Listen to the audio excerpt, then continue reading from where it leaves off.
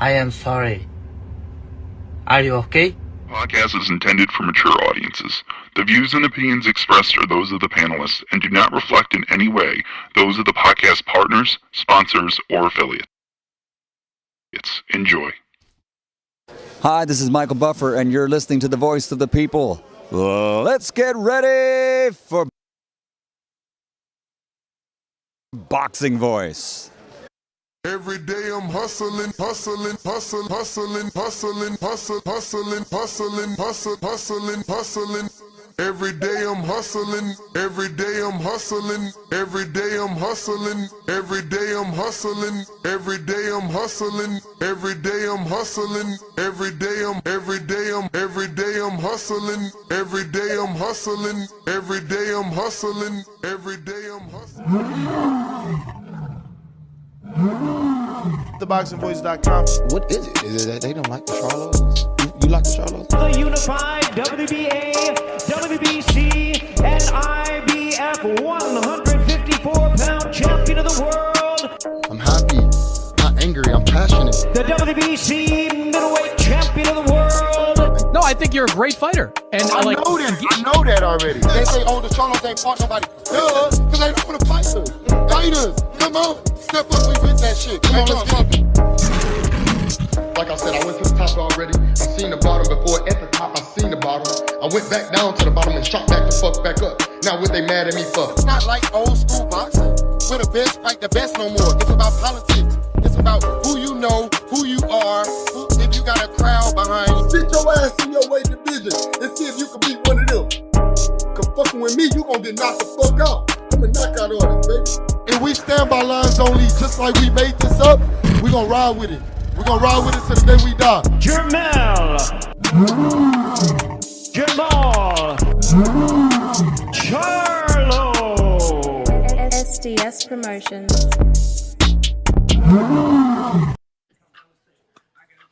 Come on, Billy Joe, you on some bullshit, nigga. Pussy, you scared of that nigga Canelo, you with that smoke. What up, what up, what up, what up, what up, what up, ladies and gentlemen? Welcome back to another edition of the Boxing Voice Radio. Guess who's present? What y'all thought? Y'all wasn't gonna see me? Oh no. This shit don't stop, man. We all day with it. Straight off the block with it. You feel me?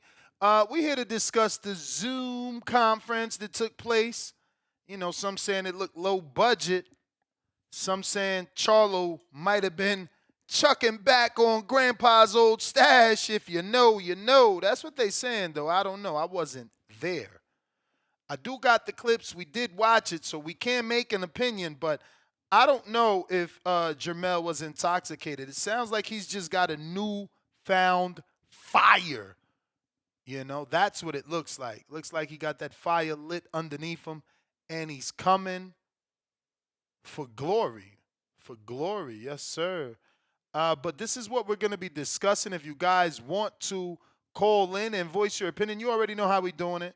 Discord, X Spaces, what we do.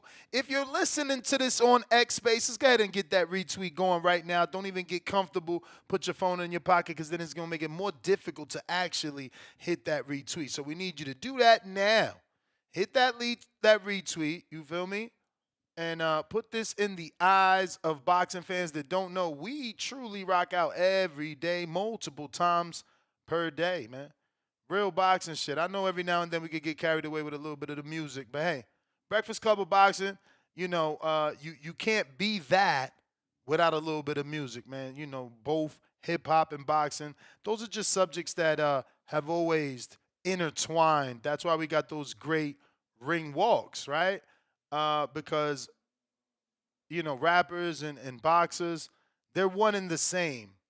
They're one and the same, but you know, it becomes even better when the two audiences can truly intertwine. That's why, you know, Adrian Broner was as big as he was, because Adrian was able to cross over into that hip-hop territory, pick up, you know, some of that hip-hop love.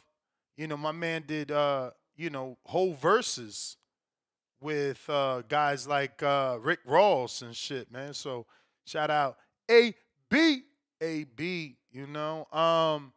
So they had a press conference via Zoom for the Keller Plant Jose Armando Resendiz card. So let's just show you what that looks like, man. Let's just show you what that looks like. And we'll go to the screen share. So first and foremost, we got Keller Plant. Zoom that up. We got Keller Plant 23-2 taking on Jose Armando Resendiz 15-2 with 11 KOs. So he's got a good knockout ratio. Keller Plant coming in with 14 KOs. Next up, we got Jermall Charlo 33-0 with 22 KOs. Perfect record. 11 of those opponents did not get knocked out. Thomas LaManna, 39 wins, 18 big KOs, 5 losses, 3 coming by knockout, and 1 draw. Then they have Kyrone Davis, 19-3 with 1 draw, 6 KOs. Been stopped once at the hand of Benavidez. Taking on the 100% knockout ratio punching Yoneli Hernandez. Don't forget to put in your question for Yoneli. We are going to be having him on the show today. You know, so if you want to get in where you fit in, now is the time to go ahead and ask him una pregunta. He is Cuban. We got Isaac Lucero taking on Luis Omar Venezuela. This is your PBC on Fox free card, part of your subscription. Let's get right into the nitty gritty. The nitty gritty. Shout out Thrill Boxing for clipping it. Clippy.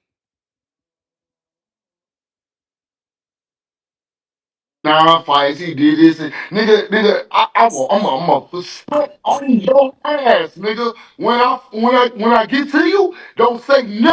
See why people think he drunk? He's slurring the words, and I don't know. You're too emotional, champ. Go ahead, Sean. I'm gonna show you how much emotional I am. You see? I'm gonna show you how much emotional I am. I mean, damn. All right, you're right. Go ahead, Sean. I'm sorry, bro. I enjoy the passion between the fighters, so it's all good. But what do you think you've actually gotten better at in the ring in those 9 fights? The nigga bum. The nigga's a bum. Charlo said nothing. Homie's a bum. Yo, you doing my man Cornflake Sucio. You fight on a bum. You a fucking bum. You a fucking bum. What is you talking about, bro?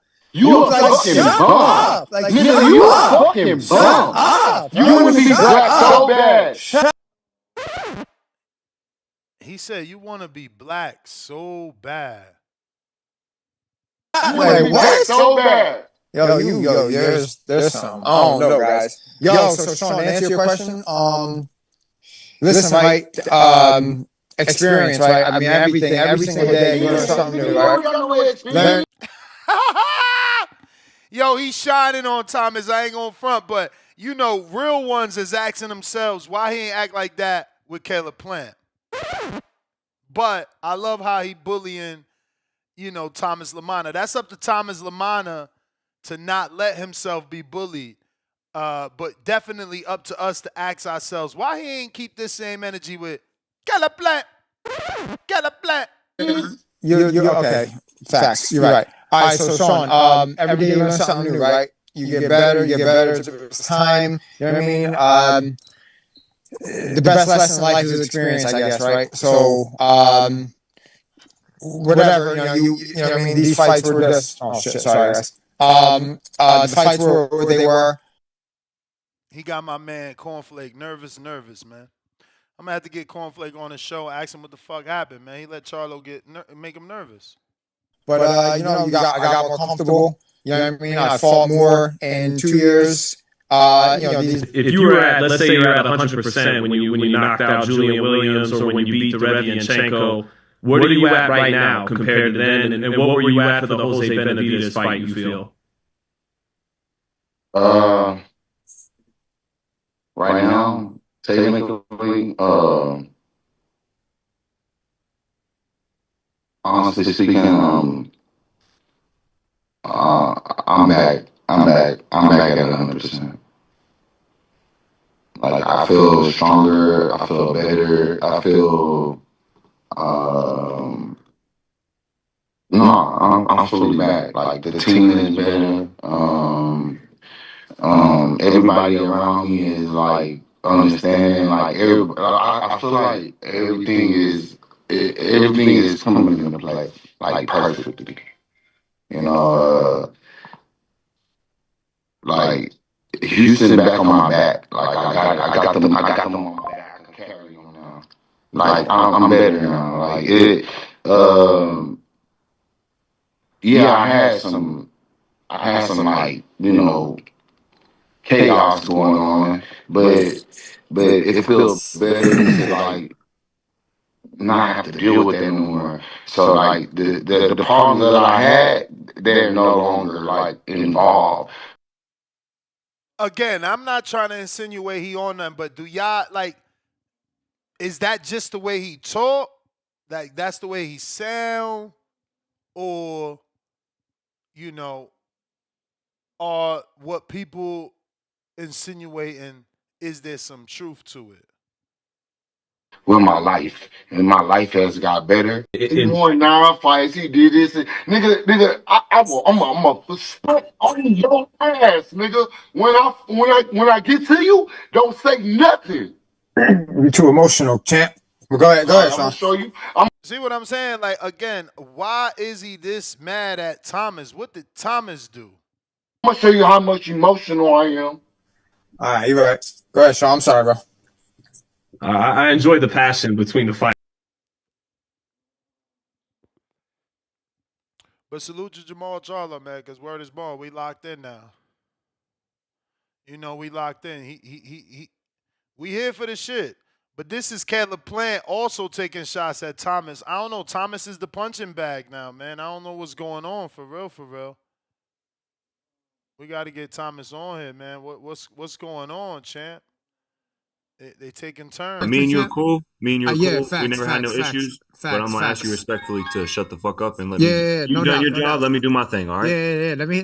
But me and you are cool. Me and you are Yeah, cool. facts, we never had no facts, issues. facts, but I'm gonna ask you facts. respectfully to shut the fuck up and let me. Yeah, You no done doubt. your job. That's wild right there. He said, yeah, no doubt. After my man told you, shut the fuck up. How you going to say me and you are cool, we never had no issues, but you going to ask me to shut the fuck up? You clearly trying to punk me live, man. Like, it's wild the way they be acting with each other. I don't understand it because, is it all entertainment? Is there like this unwritten rule? Like, look, yo, we allowed to do and say what we need to do and say to build up the fight. You know what I'm saying? Right? Like, because if there is this unwritten rule, then cool. The gloves is off, the love is done. Everybody get to say what they want because it's all in fun. But damn, if I ain't never disrespect you and you ain't got no problems with me, why would you just go ahead and disrespect me live for everybody to see, everybody to repost? I don't know. Thomas out here. He the butt end of the joke, man. He gonna have to tighten up. Get motherfuckers to respect him. Let me do my thing. All right. Yeah. Let me. But we got more, man. Let's see which one is. Is it this one? Let's hope it ain't the same one, though. Whatever, man. I'm letting the homie get to my fucking head right now, bro. He sounds like a fucking weirdo, bro. Dude, like, chill. I hope I answer your question, Sean. Just it's Make me chill. and make me chill. Make me shut up, man. Hey, yo, Thomas fumbling the words. Damn, Thomas. Come on, New Jersey. Stand up. It's Make me chill. and make me chill. Make me shut up, man. Make me shut up then. Come on, Tommy. He didn't even tell you to shut up, bro. That was Caleb. Thank you very much for those questions, Sean. And thank you all to both Jermall and Thomas. They got my man Thomas sweating up there, man. That's unfair what they doing to him. The butt end of the joke, man. Hold it down, Thomas. It's all good, man. New Jersey, stand up. This is what we talk about. The Jermall Charlo Thomas LaManna Zoom press conference, the Caleb Plant and Armando Resendiz Zoom press conference. So if anybody wants to call in and give their thoughts on what took place today, feel free, man. Caleb Plant, and I quote, "Expect fireworks. Me and my team have been grinding hard. And once that bell rings, I'm going to step on them." Hey, man, listen, the good thing that Resendiz got going for him is he got a little bit of pop. At least those numbers claim that he has pop. Maybe since we seen, Charlo, Plant get put down by McCumbee and others, maybe Resendiz could give us a little bit of action. Plant goes on to say, and I quote, "Armando thinks he can beat me, and that's enough to piss me off. He knows what's coming to him. I'm not going to be distracted from the fight that's in front of me. It's happened so many times where fighters get so worried about the next fight and they don't win the fight in front of them. I'm not letting that happen. Armando is coming to take my spot, but I'm not going to let that happen. The first thing on my mind is to put on a great performance on May 31st, Nesta's birthday. I want Charlo, Edgar Berlanga, Jaime Munguia, Diego Pacheco, anyone else who's up there. Then I'll end up where I'm supposed to be. I'm going to pick them off one by one. Some fighters lose and they lose their confidence. It's shattered. Maybe their confidence was fake to begin with. A loss has never made me think I couldn't do what I'm capable of. I take those experiences and learn to make adjustments, which a lot of fighters aren't able to do." Shout out Caleb Plant talking about Berlanga. We all know Berlanga took that loss, and he did not lose his confidence. He leveled up on confidence, right? So much so y'all starting to hate my boy out here in these streets, man.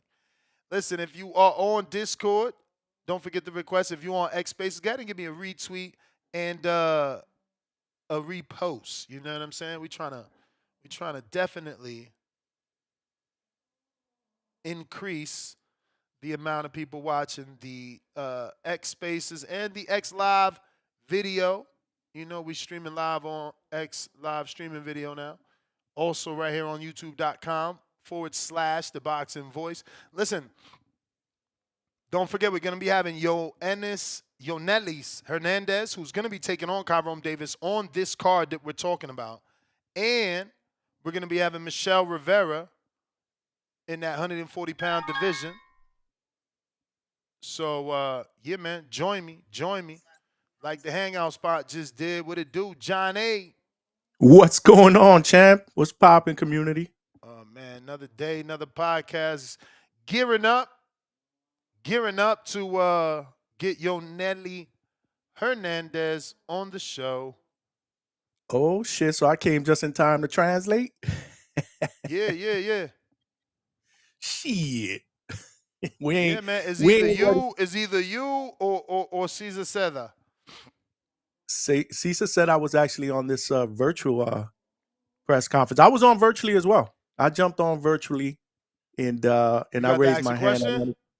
I raised my hand to ask one, but you know how that works, man. Yeah, that's a popularity contest. You know what I mean? Oh yeah. They be like, Dan Rainfield. Yeah, exactly. Michael Coppinger of ESPN.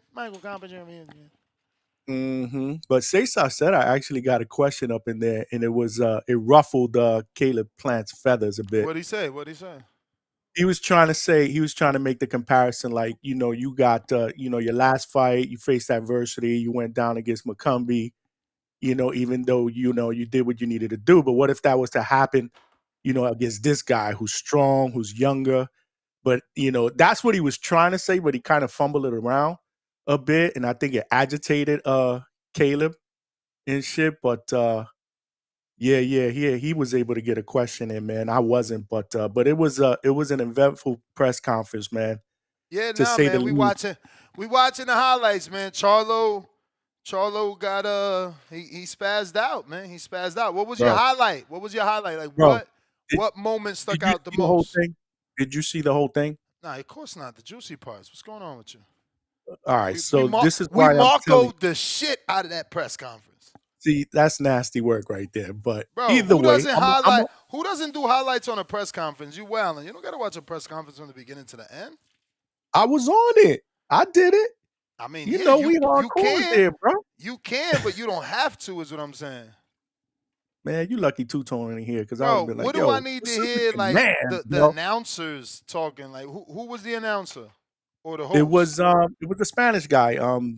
Miguel Flores. Yeah. It was him. He was the moderator. Of, the other guy. Well, I wonder what happened to the other Flores, the first one, right? What the fuck? He just disappeared. Yeah, nah, it was the other one. It was the one that's been doing the recent shows. He was the moderator, but you got to watch the whole thing, Ness, because I seen text Sean you. Zattel got a question. He got the best question. Man. He the one got Charlo to get all frustrated. Yeah. So Wilder would say. So it's crazy because and this is why I tell you, Charlo was clearly intoxicated, man. I don't know how you don't see that. The chat was cooking him live. I was watching it because it sounded like he was slurring some words, though.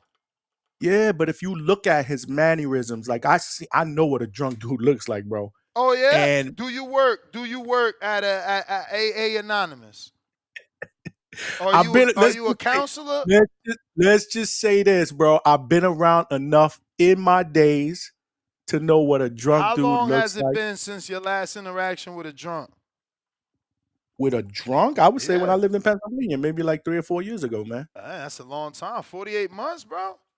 Well, I ain't got no friends here in Florida, man. All my friends was back in the Northeast, bro.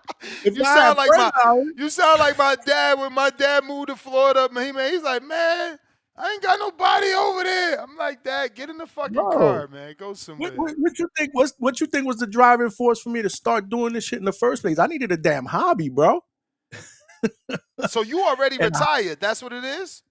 No, I'm not retired. I wish I was, but I live in a town, and if you come out here and you check me, you're gonna see I live around retired people.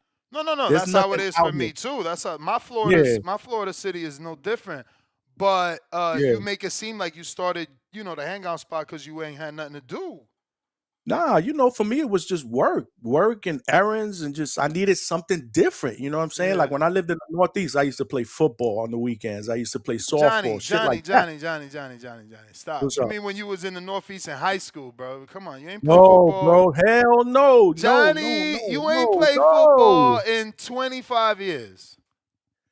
My brother, I fucked up a knee. I had a knee surgery probably like in high school. No, bro, maybe like 12, 15 years ago, bro. Like I was doing that shit up. Like you mad disrespectful, bro. You mad disrespectful. For real, man. Nah, I was athletic, bro. Like I played football. I was that dude, bro. Like, do I gotta remind y'all in the chat, like, this, like, what's up, man? What's going on, man? What's going on with my man Ness here? But for real, man, for real. You said earlier why Charlo didn't have the same energy for Plant. That's because he wasn't intoxicated when he stepped up to Plant, bro. You already know, bro, an intoxicated person is gonna play that tough guy role, bro. He was definitely intoxicated, man. If I had to bet money, I believe he was, because there was one point before that. I would say about 3 or 4 minutes before that, he was actually giving like LaManna, like, I got nothing against you, I just want you to be all right after this. Like he was very, very monotone, man, soft spoken, and then all of a sudden he just went from 0 to 100 real quick, bro. And it was like I think he caught Cornflake off guard, and some people just aren't good trash talkers, bro. Some people aren't good at the back and forth, like. You got to be quick with it. You know what I mean? Like I'm from the Northeast. So I grew up in a neighborhood where we used to rank on each other, so you had to be quick with it. And, I don't think Thomas grew up in that type of atmosphere, bro. So. Nah, Thomas definitely from Jersey, but maybe he's just afraid of Charlo because, I heard the stuttering and all that shit. You know what I mean? Like maybe, and that's not a good thing at all. You feel me? So I'm going to ask him, bro, because I'm actually going to holler at him later on, bro. He's going to jump on with me later on. in the later on in the night when I do my shit. He gonna jump on. I'm gonna actually ask him about that. But Charlo was out of control, bro. I mean, I'm concerned, man. I'm concerned about Charlo. I got to be honest with you, bro. Like, is he all the way back? Is he right? He did not look right, man. And if y'all in the chat, man, y'all seen it, bro, let me know. But you got to watch the whole thing. Like, you got to watch the mannerisms. You got to watch the way he was blinking his eyes. Like, he looked like he was half asleep. Yo, Caesar ain't jump on. You going to have to translate, bro. Oh, man. You said you was practicing. Don't be scared now. Yeah, but you talking you about in Florida. like, you gotta get your Cuban Spanish. You down there. I'm all the way up here. Cuban Spanish, like you trying to just que volar. You trying to ruin the brother's credibility, bro, before we even get popping. Shit. ¿Cómo está? ¿Cómo pronunciado tu nombre? ¿Es Yoneli? ¿O Yoneli? Yoneli, eh. Él no me escucha.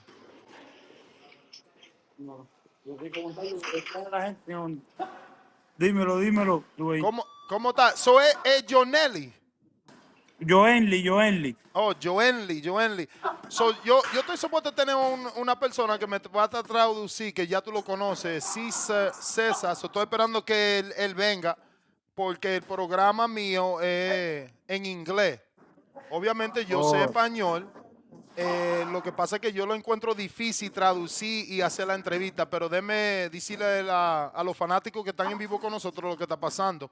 Obviously, I'm letting them know that Caesar's not here yet. He's supposed to be my translator, and I'm letting them know I obviously talk Spanish. The issue is, translating and interviewing isn't the easiest thing. So what I'll do is let Johnny drive the car. I'll be the translator until Caesar jumps on. So, Johnny, anything you got?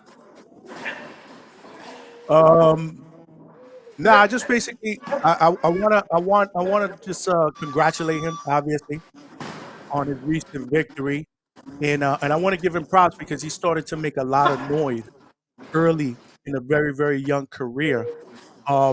What's his plans going forward for his next fight? Bueno, dice el compañero mío, Johnny, que quiere darte las gracias por venir al programa y felicitarte por todo lo que tú has podido lograr en este momento. Pero espérate, yo creo que ese es César. No, muchas gracias por darme la oportunidad de estar acá. Es la primera vez que estoy aquí. Muchas gracias. César, ¿cómo estás? Buenos días. Buenas. How you guys doing, brother? Buena. So obviously you take over, man. I did the best I can while you were there. I already let them know that you're going to be translating. So, yeah, man, Johnny was just saying that he wanted to, I guess congratulate him on all his success. And what was the rest, Johnny? Like, how does it feel like to have, instant six? Like, for example, he's very, very young in his career, but he started to make a lot of noise in the community as a guy that could be a real contender. How does that feel so soon or so early in his career? Primero que nada, Joenly, un saludo, Joenly. Mi amigo Johnny aquí de Hangout Spot te quiere felicitar por todo lo que has logrado hasta el momento, pero también quiere preguntarte en tu joven carrera, ¿cómo te sientes de tener estas importantes oportunidades dentro de tu joven carrera y tan rápido en la carrera? ¿Cómo te sientes en todo esto? No, me siento bastante bien y nada, gracias por invitarme aquí al estudio por primera vez. No, me siento bastante bien. He vivido varias experiencias estando en muchos campamentos, como el campamento especial de Canelo Álvarez, que lo di muchas gracias, que me abrieron las puertas de la primera vez que llegué aquí. Y nada, con respecto a mi carrera, me siento bastante orgulloso con la rapidez que me han movido bastante bien y con todas las experiencias que quedan por llegar. Obviously, I wanted to thank you guys for having me here, and also I'm feel happy for the opportunities, all because the great opportunity that I have on front to participate on Canelo's camp. Canelo's camp was a great opportunity for me, and I feel happy the way and the fast that my team is taking me. Caesar, if you can ask him to give us his story, man. Obviously, we know that most Cubans defect. So what was his story? How did he get to America? Yeah, that's kind of what I'm interested in. Quiere saber tu historia, Joel Lee, quiere saber tu historia. La mayoría de ustedes pues salen de Cuba de una forma. Él quiere saber tu historia de cómo saliste de Cuba y cómo llegaste acá y cómo fue la cosa. No, la salida mía de Cuba fue durante el traslado que se había acabado el Mundial del 2023. Nosotros nos regresábamos y en Panamá tomé la decisión de quedarme y al otro día saqué un pasaje para Francia para reencontrarme con mi mujer. Y allá estuve practicando el boxeo también con unas amistades. Luego me fui para México, estuve en el campamento del Panda. 6 meses estuve ahí en el campamento de ahí hasta mi primera pelea aquí en los Estados Unidos, que fue cuando entré aquí a los Estados Unidos. 17 de abril. On his last World Championship competition, that's when he decided to leave and he bought a ticket and went to France. After that, he stayed in France. He did some boxing up there. He meet with his wife over there, and then after he went to Mexico, was in Panda with Panda in camp for a minute, and then 17 April he came to the United States. So when he was in camp with Panda, was that just like a transitioning stage, or was he training with Panda and he ended up not liking the chemistry? Cuando estuviste con el Panda, ¿era un campamento solamente de transición o fue que era un plan, pero a ti no te gustó allí? No, solo fue de transacción. Nada más pasamos por ahí de transacción por los promotores que me pidieron de favor que estuviera ahí para que estuviera entrenando un poquito más fuerte, estuviera aislado y me concentrara un poquito más en lo que era el boxeo profesional, y entonces tomé esa decisión de estar los 6 meses ahí. It was only a transition plan for 6 months. The promoters and the managers and all that, they want to make sure that he was good, taking care while he was in Mexico waiting for the paperwork. And then, but it was always a transition for 6 months. Ask him, right? We just had Carlos Adames on the show yesterday, and we asked Adames, as the WBC champ, would he like to fight, fellow Caribbean Cuban Islandri Lara? And he said no, that he looks up to Lara. He watched Lara's career while he was a young guy, and he'd rather not face Lara. On the other hand, Hernandez was heavily rumored to face Lara. Did that bother him emotionally that he would have to face one of the great Cuban legends, or did he look forward to that because he would have that name on his resume? Ellos entrevistaron a Carlos Adames ayer en el programa y Carlos Adames siempre ha dicho que él no enfrentaría a Lara como campeón, como de campeón a campeón, porque lo respeta mucho. Ahora él quiere saber, se rumoró grandemente, sabemos que fue un rumor, de que tú supuestamente ibas a enfrentar a Lara. ¿Cómo tú te sientes con todo esto y qué pasó ahí? Si fue un rumor, porque... Eso fueron las personas que tuvieron mucha controversia, ¿me entiendes? Mucha gente hablaron que porque yo estaba pidiendo la pelea. No, yo en ningún momento la pedí, ni Lara pidió la pelea tampoco. Siempre lo he dicho, y donde quiera que en todas las páginas que tenga la oportunidad de decirlo, siempre lo voy a decir. No tengo el objetivo de pelear con él por ahora ni nada, no es mi objetivo. Pero si el día de mañana nos toca pelear, ya es por un título, que es lo que muchos espectadores no entienden esa parte. Aunque seamos cubanos, por un título yo peleo con quien sea. That was only a bad rumor. It was I never called a Lara. We was never going to fight. That wasn't never going to happen. I always going to keep saying it. My intention right now is not to fight Lara. My intention right now is to keep moving up. But if in the future the opportunity present, even if it's Lara or it's anybody, I will take it. Johnny, anything else before I go to the people? Okay. No, you can go to the people. We're good. All right. First one comes from Mr. Benny Henny said, I'd like to see you face Sugar Shane Mosley Jr. or Caron Davis, but they say Marquise Teller is the undefeated Cuban boogeyman. All love from Pittsburgh. La pregunta que tienen es que a él le gustaría que tú enfrentaras a a Keon Davis, que es el que vas a enfrentar ahora, el que anunciaron hoy, o a Sugar Shane Mosley Jr.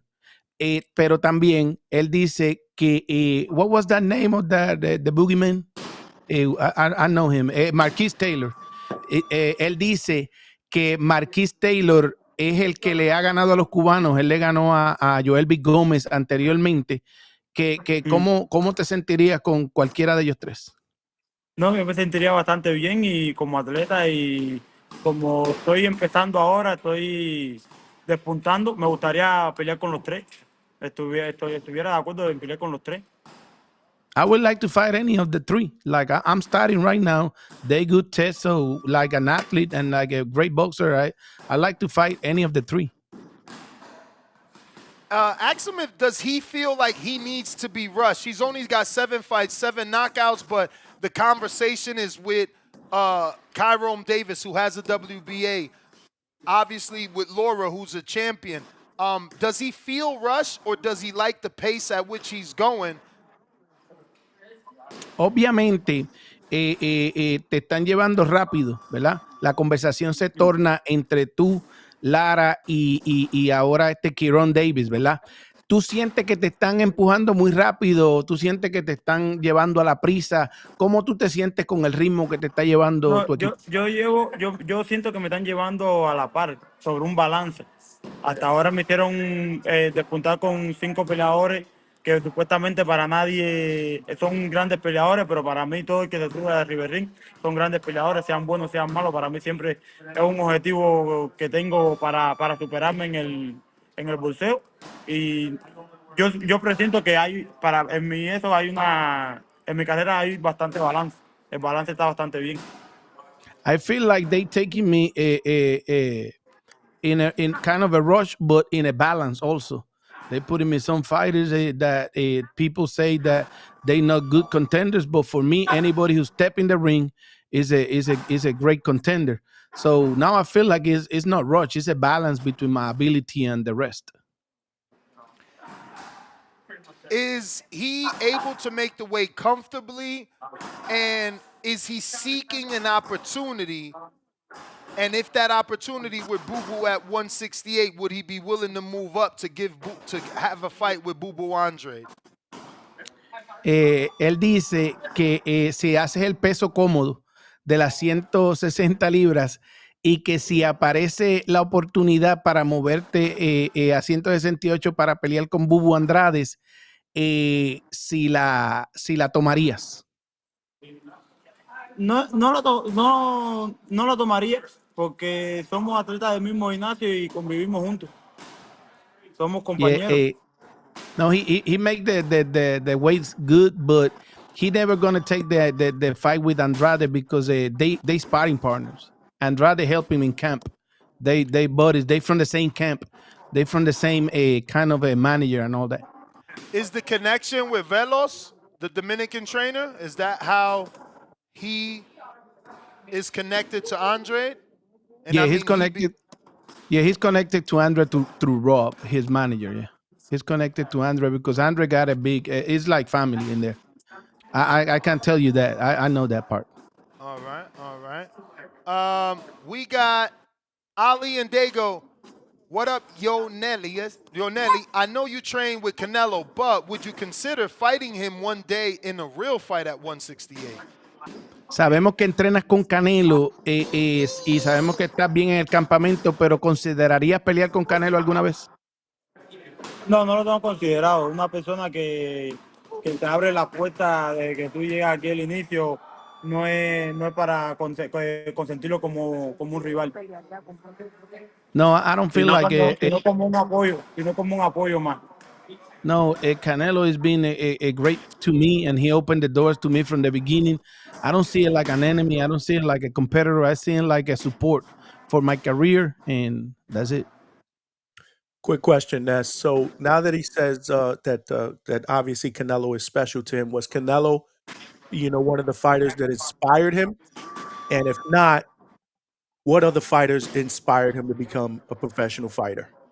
Ahora que dice que Canelo ha sido un buen support para ti, te ha dado apoyo, ¿Canelo te inspiró en esto o te ha inspirado en esto? Y si no, ¿quién es ese peleador que te ha inspirado a ti para el profesional? Bueno, cuando estaba en Cuba siempre me preguntaban quién era el boxeador que más me gustaba pelear, que fuera profesional, y siempre he dicho que ha sido Mayweather. Pero con respecto a Canelo, Canelo me ha apoyado bastante. Me ha dado, bueno, lo vuelvo y lo repito y nunca me voy a cansar, me abrió la puerta de que ya aquí en los Estados Unidos, me ha apoyado bastante cada vez que estoy en su gimnasio, me ha estado apoyando, siempre he estado ahí me ha dicho que para lo que necesite en el momento ahí con él, y nada, no lo considero como un rival, solamente como un amigo más, un compañero más. When I was in Cuba, people asked me who was my inspiration, and it was always Floyd Mayweather. Now, but Canelo has been the open door, that support from the beginning when I got to the United States, and he always talked to me, and he always give me all his full support in camp, and he always tell me that he's there for whatever I need. Does he want to fight with Carlos Adames? Like, what is the champion that he's looking to fight? Because he already said he doesn't want to fight Laura. Do you want, ¿quieres enfrentar a Carlos Adames o cuál es el campeón que tú quieres enfrentar? Porque por ahora, pues no Lara. Pues por ahora no Lara, pero considero a todos para poder pelear con ellos. For now, not Lara, but I consider every one of them to fight with them when the opportunity arises. When does he think he'll get that title shot opportunity? ¿Cuándo tú crees que llegue esa oportunidad titular? Bueno, no sé, cuando Dios quiera. Todavía no estamos apurados. Cuando Dios quiera. Yo soy de los atletas que va a optar por todos los títulos, y entonces es cuando Dios quiera. Whenever God's won, I'm not in a hurry, but I believe in God. I just, whenever he put the opportunity, I will take it because I want to fight for all the titles. So he doesn't have a timeline, like never in his mind he said, I want to be champion after X amount of time or X amount of years? No tiene un tiempo fijo que hayas dicho en tu mente en tanto tiempo o en tal año o cuando yo cumpla tal edad, por ejemplo, quiero ser campeón. ¿Cómo? ¿Me puedes repetir? No tienes un tiempo fijo, algo que tú hayas tenido en tu mente que digas a tal edad, a tal tiempo o algo parecido para decir quiero ser campeón en este tiempo, algo que haya estado en tu mente. Ya me dieron la oportunidad de hacer varias peleas desde el año pasado y dije que a partir de este año yo iba a optar por todos los títulos. He said that they given his opportunity last year, but he said that after this year he gonna go for all the titles. Wow, all the titles. Okay. Since he's sparring with Canelo, I gotta ask, man, what does he think of the I guess the bravery of Crawford wanting to get in there in a professional fight with 10-ounce gloves, and does he think Crawford stands a chance versus Canelo? Como ya tú hiciste sparring con Canelo, has estado en campamento con Canelo, la pregunta es, ¿tú crees que sea oportuno, sea real que tú, que la pelea de Canelo-Crawford, ¿cómo la ves? Crawford subiendo a las 168 a pelear con 10 onzas, ¿y qué oportunidad tú le ves a Crawford contra Canelo? ¿A Crawford? No. Bueno, siempre me han entrevistado, no soy de saber los peleadores porque no veo boxeo, no sé decirte, pero de un tiempo siempre le voy a las mías y siempre va a ser Saúl Canelo. No soy de ver boxeo, quizás él no conoce a Crawford mucho así ni nada porque no lo ve. Saying it in Spanish, Caesar. I'm not Se lo olvidó traducir. my bad. I'm not a fan of Crawford. I'm not a fan of boxing, so I maybe don't know who's really Crawford. I'm not watching at that, but I always go with mine. I always go with Canelo. Okay. We're almost done here, man. Thank you so much. Tip Bellis, who do you think wins between Demetrius Andrade and Caleb Plant? I guess that answer is going to be the same as the one you just gave us, but try them out. ¿Quién tú crees que gana entre Dimitri Andrade y Caleb Plant? Yo no sé decirte. Tú sabes que no veo boxeo, no sé decirte. No, De Dimitri you know, Andrade y quién. Dimitri Andrade y and quién. Caleb Plant. Plant. El que confrontó a Canelo. Yo creo Caleb que Plant. Caleb Brain. Él cree que he thinks that Caleb Plant can beat him. Okay. So Cesar, hold on, Ness. Cesar, so if he doesn't like to watch boxing when he's not fighting, what does he like to do on his spare time? So, si a ti no te gusta ver el boxeo, ¿qué haces en tu tiempo libre si no te gusta estar pendiente al boxeo ni nada? Yo jugar en mi videojuego en el Play. Play PlayStation, yo man. también. Play PlayStation. Be on the PlayStation. I know that. Be on the PlayStation all game? motherfucking day playing FIFA and all that stuff. Yep. Ask him What which does he game. like to play? FIFA, bro. Yeah. These jokers play FIFA, Yeah. man. That soccer game, that's what these jokers play all day in between them. It's crazy. It's crazy. It's FIFA. They all over. All them Cubans all on that thing. They watching soccer and playing FIFA on PlayStation. I got Big God. He says, who do you see yourself fighting next year? ¿Con quién tú te ves peleando el próximo año? Bueno, el próximo año con quien tenga la correa estamos ahí peleando. Con los que tengan la correa. Whoever got the belts, I'm going for it. The Next last year. one is Octo. Yo, champ, what's your favorite music artist? And give us one movie we should watch. What was the first part of the question? His favorite music artist and his favorite movie. ¿Cuál es tu cantante favorito y tu película favorita? Keith Brown y las películas mías favoritas son las de terror. Keith Brown is the singer and also terror movies are his favorite. Keith Brown, not Chris Brown. Keith Brown. No, Keith Brown. He's Cuban or something? ¿Quién es ese cantante? ¿Es cubano o algo así? No, aquí americano. De Cuba chocolate. Oh, chocolate from Cuba, but he said Chris Brown. Chris Brown from American. Chris Brown. Okay. Well, that is all the questions, man. Tell him thank you for coming on, and obviously we want to get him on more consistent when he gets some, gets closer to the fight. We'd love to get him back on as well. Gracias por estar aquí en el programa y cuando llegue cerca de la pelea te desean lo mejor, pero cuando llegue cerca de la pelea pues va a ver si te traen de vuelta y que estés aquí con ellos para ver qué te depara el futuro. No, está bien, gracias por la oportunidad, tienes mi contacto y me puedes tirar, que no hay problema con eso. Thank you for the opportunity. You got the contact. All you got to do is contact him. No problem. All right, man. Thank you. And Caesar, thank you, man. You're nasty with it, bro. Your translation skills are perfect, man. Yeah, I stay with you guys for a minute here. I hang with you guys for a minute so we can talk about a couple things on his what I got. What I got. I give you what I got. Gracias, Joely. Okay. Shout out to Jonelli Hernandez. So talk to us, Caesar. You said you wanted to talk about a few things. Yeah. No, on Joenly's Feliciano, just so people know, and you can look at it, and I can tell you the story. That way you see where kind of things going. Last month, after a show in Orlando, it was some conversations out there, and all of a sudden he appeared number 7 on the WBO rankings. Oh, WBO. WBO rankings. Yes, sir. So behind the scenes, they don't give, like, a lot of people don't give him chance with Keon Davis. You know, it's like people like doubting, like, oh, this is a test, because this is a test right there. Keon Davis came from beating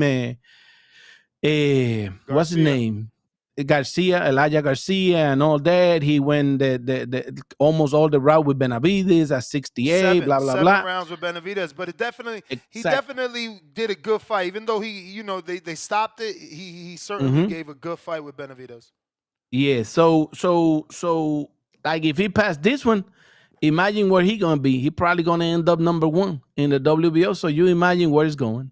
And I ain't gonna say nothing in here, but I this just fight, giving you. But the thing is that Kyrome got a WBA. They're gonna fight for that belt. Exactly. Yeah, but he's also ranked in the WBO, so it might be, but if he wins that belt, he won't be ranked. Remember, Kyrome got the belt. That's why he can't be ranked in nowhere. You don't find him nowhere. Yeah, I tell you what I know, and I believe he's going to be number 1 in the WBO, and then that other belt is a secondary belt, so he probably going to go on that other route against Alin Canuli. So we'll see what happens. First, we got to go to May 31st. First, we got to go to May 31st. You know, I'm going to be there. What happened? I'm going to be behind the scene, and then May 31st, he go fight, and then we got to see if he win first. And what then you after think that, happened? What you think really happened? Because those Laura rumors was heavy. That wasn't no, fake. the Lara rumors was what's the word? Not good intention. You know, it was one of those that let's put it out on purpose, but no, that never was even a talk. That was because at the WBA convention, somebody misunderstood a request that say make him number 1, but people think like they was asking to like fight Lara. No, that wasn't the case. The case was just to make him number 1 in the ranks, and that's it. So Lara most likely gonna end up fighting the other Charlo, 154 Charlo, Jermall. Yeah. So Lara probably gonna end up fighting Is he Jermall. officially PBC because of the Louis de Cubas and Rob connection or no? Yeah, he's fighting PBC. Yeah, he's fighting PBC. He's officially PBC. Then we're not gonna see him with Johnny Bet. We'll probably, because remember, Top Rank and PBC are doing business now. And I mean, is that official? Have they done anything yet? They already got squared away. You saw De Los Santos and Kishon, and then you seen Fundora and Sayas, which is gonna be in that car with what's his name, Gervonta Davis and Lamont Roach, too. Which I got the interview with Roach. That's where they putting it. What? They put that fight is gonna be there at the end of July or August. I got it on that interview. You was there with me, Johnny, when I interviewed what's his name? Well, I was in the back with Robert Diaz, and yeah, that's the plan. The plan is it's gonna be Keith Thurman. They trying to do Keith Thurman and Team Zoo and Fundora and what's his name? Sayas and Gervonta and Lamont Roach. And Lamont Roach and Gervonta, according to Robert Diaz, they signed a contract. Wait. You saying they trying to put those 3 fights on one card? On one card. And one more. And one more. 3 fights in one card. Dan Rafael, why you asking? How would Roberto Diaz know? He works for Victory Sports or some shit like that. He worked with Lamont Roach. Oh. And the fight was going to be on June 21st. I asked him in Orlando, hey, what's up with that? Johnny was there. And I said, he said they not working on nothing because Tank, even though Tank is in Atlanta, here in Georgia, they don't have time for now to do it in June because of, look at the time frame, look where we at, and look what is happening. So what's going to happen is they're going to move it either to end of July or beginning of August, right? And they're gonna do a mega card, a big card with some other plans with a streaming and all this, and then they're gonna do so. Maybe Turkey got something to do in that one too. So it's coming. Wow. That's a big card. It sounds like a big card, and that's Top Rank and PBC again. And so that's what I got. I got the interview dope with the man. I put it yesterday. I put part of it. And I got more. Card. That's a big card. I would love it to fall on August 2nd, man. Just go ahead and make it August 2nd, man. Water Day. Yeah, but we'll see where they put it too, because they trying to do it at the T-Mobile. That's I I got that part also. They trying with the T-Mobile. That's why they haven't say if it's gonna be July or August because of the arena.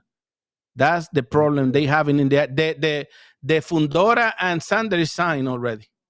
Sander at the beginning, Sander was asking for too much money and this and that, and then this opportunity rise up. You know, if Gervonta gonna be there, is a big budget a card, so money comes and goes, so it works for everybody. So now that one is made. I know that one for sure is made. It's signed. That the thing is where they're gonna venue it, and in that if it's in that card, but. So far, even Dan Raphael put it out. That's the plan. That's the plan. You remember at the Caribe Royale when also Thurman asked Team Zoo to do you understand the contract? If we win and all that, which I put that part of the video also, and so all that is making good sense, you know. Gervonta and Lamont don't need that much help because the fight everybody want to see the fight, but at the beginning at the same time is a great card to put in. You know, they giving us what we want, good fights together. Dope. I'll take Very it. exciting. I'll Yeah, certainly very take exciting. it. Where's the So- Tyrone Davis fighting? Where's that happening at? Right there in the Caleb Plant and Caleb Plant and Charlo fight card May 31st. Damn, they ain't even put them on the press conference. That's crazy. No, but they announced it at the press conference. That crazy stupid press conference. I didn't like that one. I didn't like that one. I was mad. I think you rubbed Caleb the wrong way with your question today. Because and I did it on purpose, kind of on purpose, because I don't know, Ness, if you agree with me. It's stupid that you get in there, you got an event in Vegas, right? And then you disqualifying the two dudes that gonna fight against you and Charlo. Like, we already know they superior and all that, but you don't go in there saying that no, the plan is me and Charlo gonna fight next. Because I already fought what's his name, rest in this in a sparring, and now I said, bro, you never know if this young lion put it on you or something, and I don't know how you're gonna react, you know. Mm-hmm. So Macumbi got some good shots on him. So yeah, Macumbi got some good shots on him. So that's where he earned his name, was in that fight. People started respecting Macumbi. Yeah. Yep. So, do you think Macumbi gonna end up fighting Pacheco? Yeah. Why? You heard something different? That's why Pacheco pulled out the Mbili negotiations, and now Mbili is fighting someone else. He's fighting who the fuck some they crazy just dude, announced? Maseki or whatever. Yeah, Masil Selecki. Selecki. Yeah. Yeah, so he fighting that dude, but that other and fight Pacheco is, already beat that dude. See, yeah. But I don't know. I'm not for sure about Macumbi and Pacheco, and that's a Eddie Hearn thing, you know. They don't know also where to put it. They was talking about June 21st, and look where we at. They haven't announced yet, you know. So it's kind of crazy. July 14, June 14 is Andy Cruz in New York. So so far. Who he fighting? That Japanese dude, the number 4 in the ranking in the IBF, is a. When they gonna let that dude fight somebody? Why they don't give Justin Paldo a shot, bro?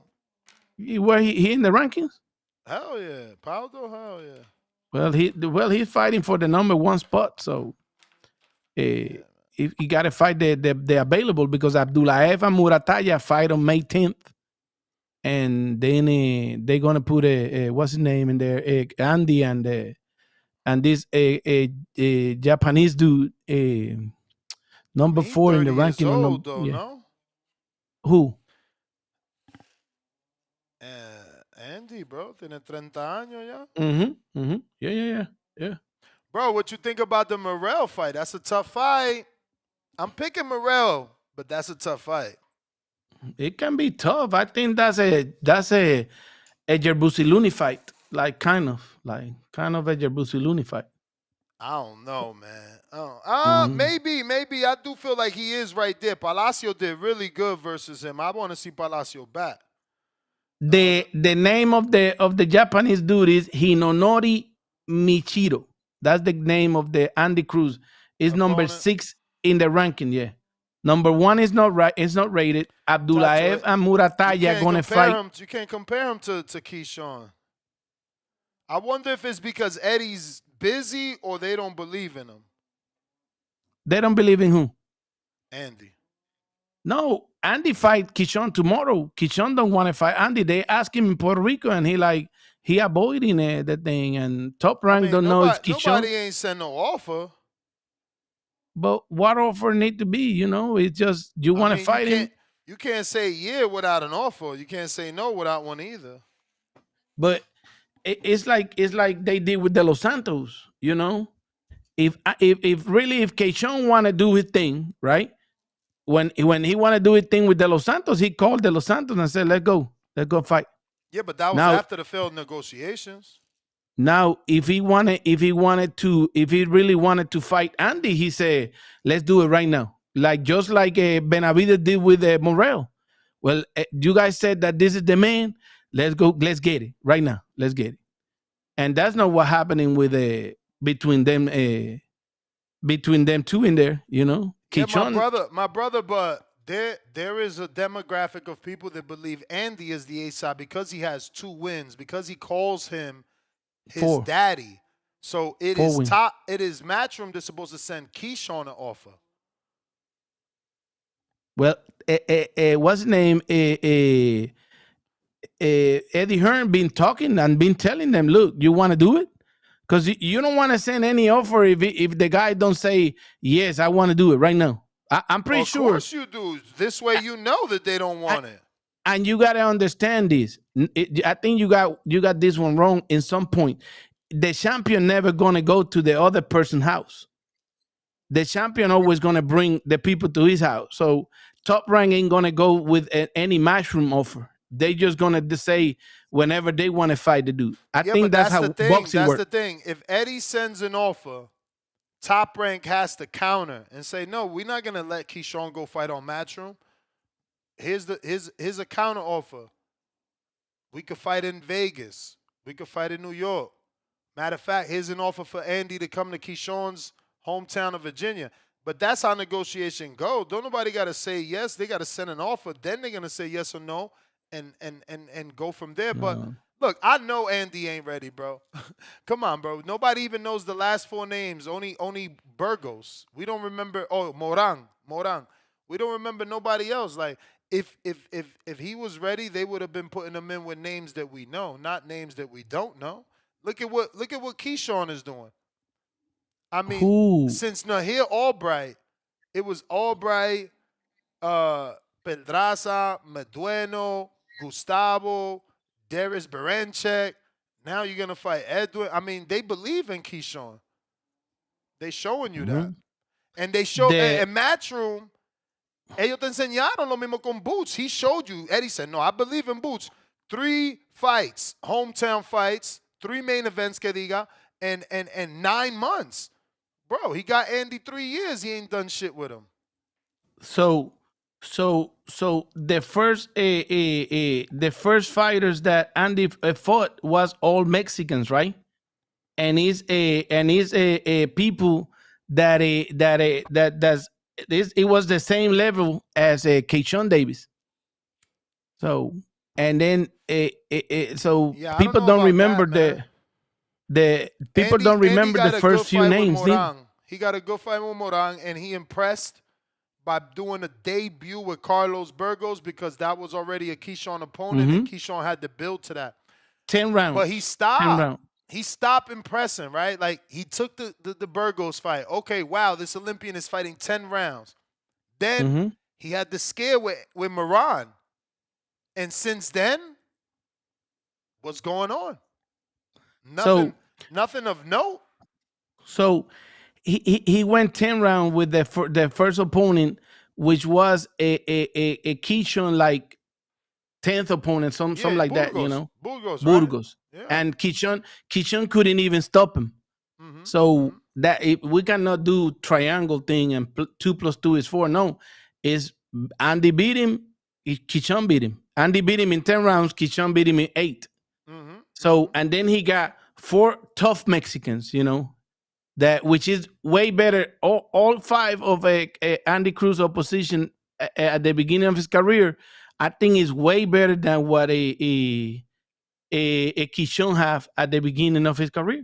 I think the only thing that Keyshawn now got Pedraza in there, but what Pedraza he got, and then he got Berenchik, right? Which we all saw what happened, small dude, But Keyshawn did that. We saw what happened because Keyshawn did it. Navarrete is two division champ. He couldn't do it. So now we can't discredit Keyshawn because he did it easy. What we have to see now is what he do with Edwin De Los Santos.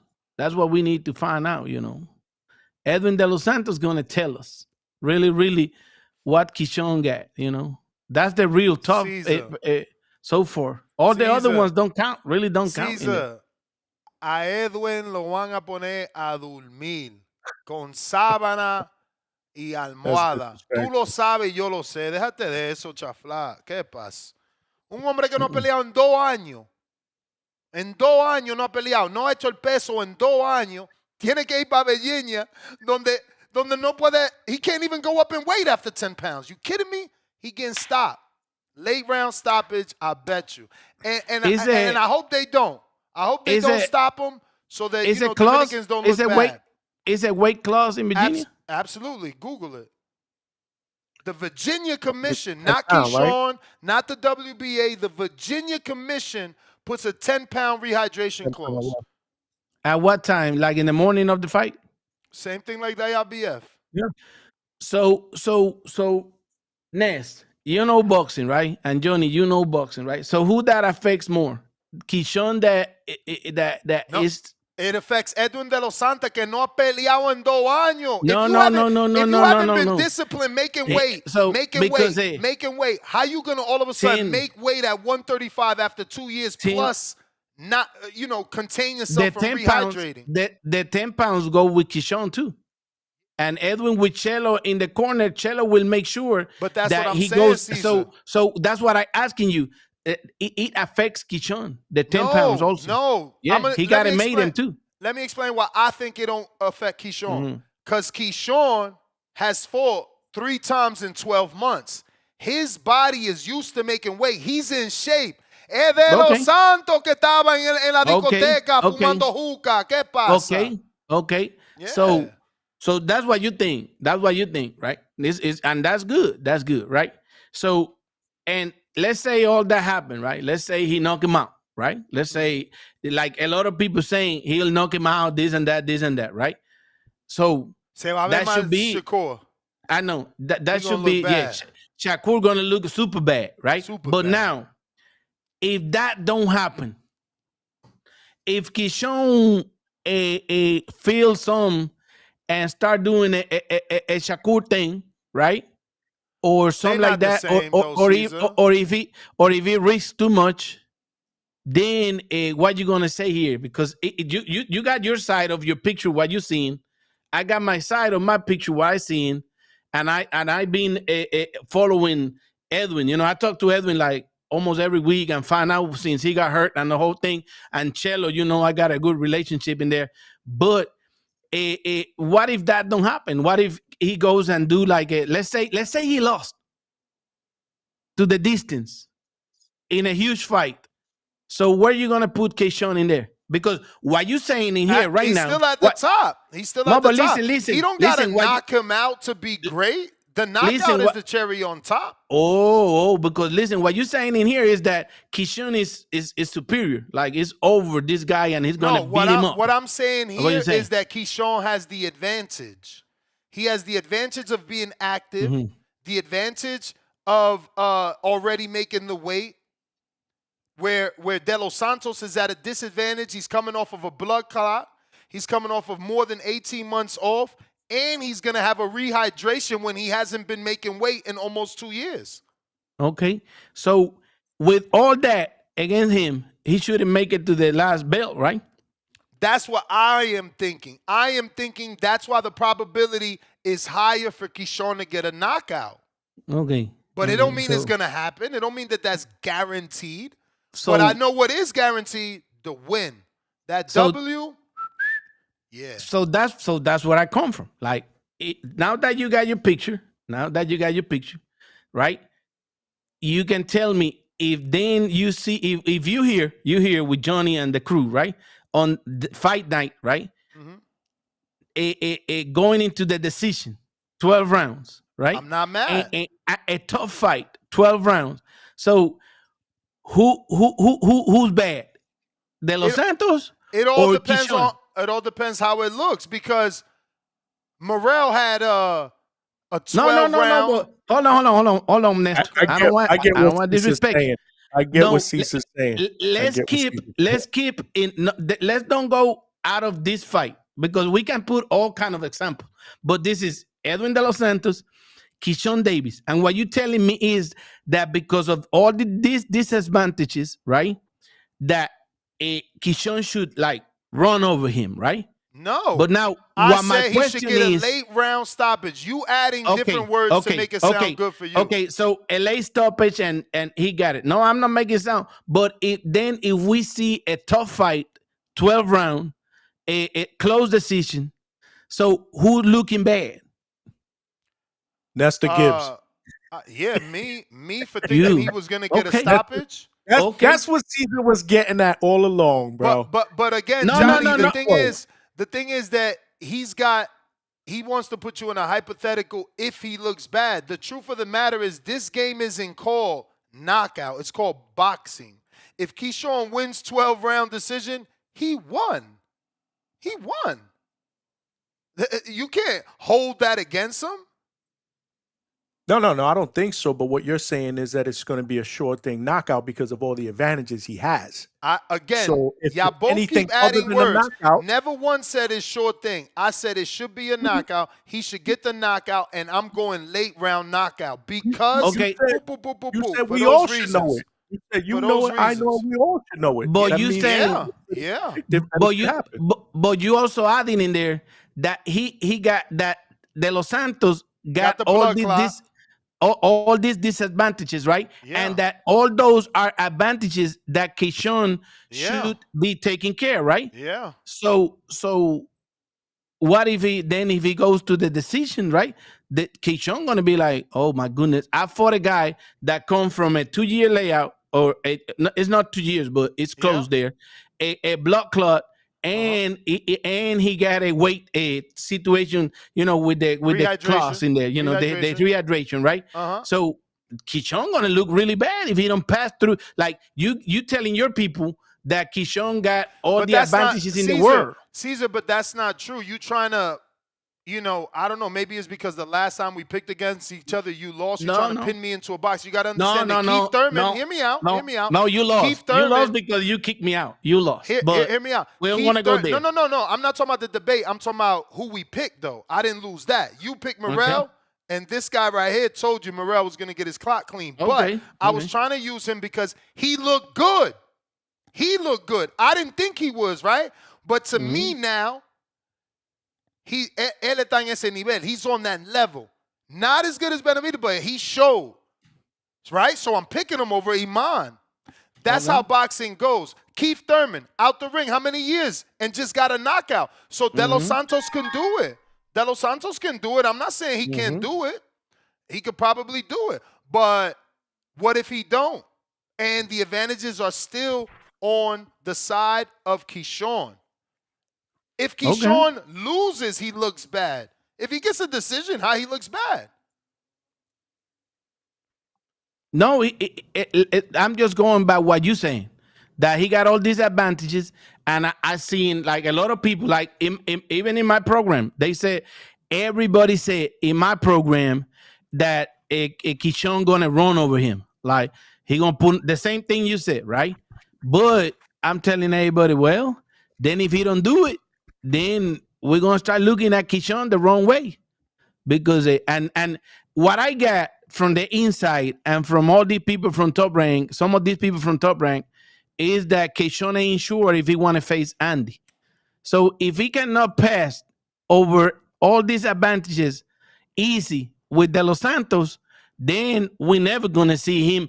He better never mention Andy Cruz, because Andy already know how to beat him, and Andy just getting better by day. Training in Philly and all this stuff. So, bro, nobody thinks training in Philly is helping him. And Andy hasn't shown that he's ready right now because he almost got killed by Morang. And since then, they haven't put him in with no puncher.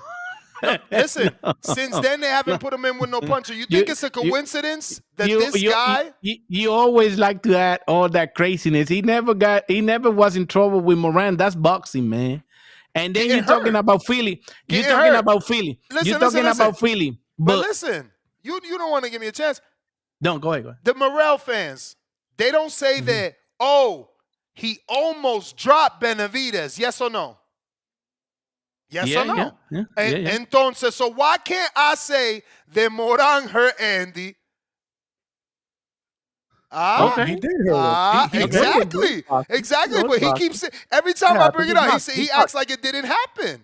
Yeah, but I also think that Johnny, hold on a minute, round one. Yep. Outside of the Morang fight, you think it's a coincidence that this dude, that he's being mandated to fight, got like a 40% knockout ratio? Papa, they making sure he's good. They don't want to fucking fumble the bag before he fight Keyshawn. Bro. They seen a journeyman almost knock him out, bro.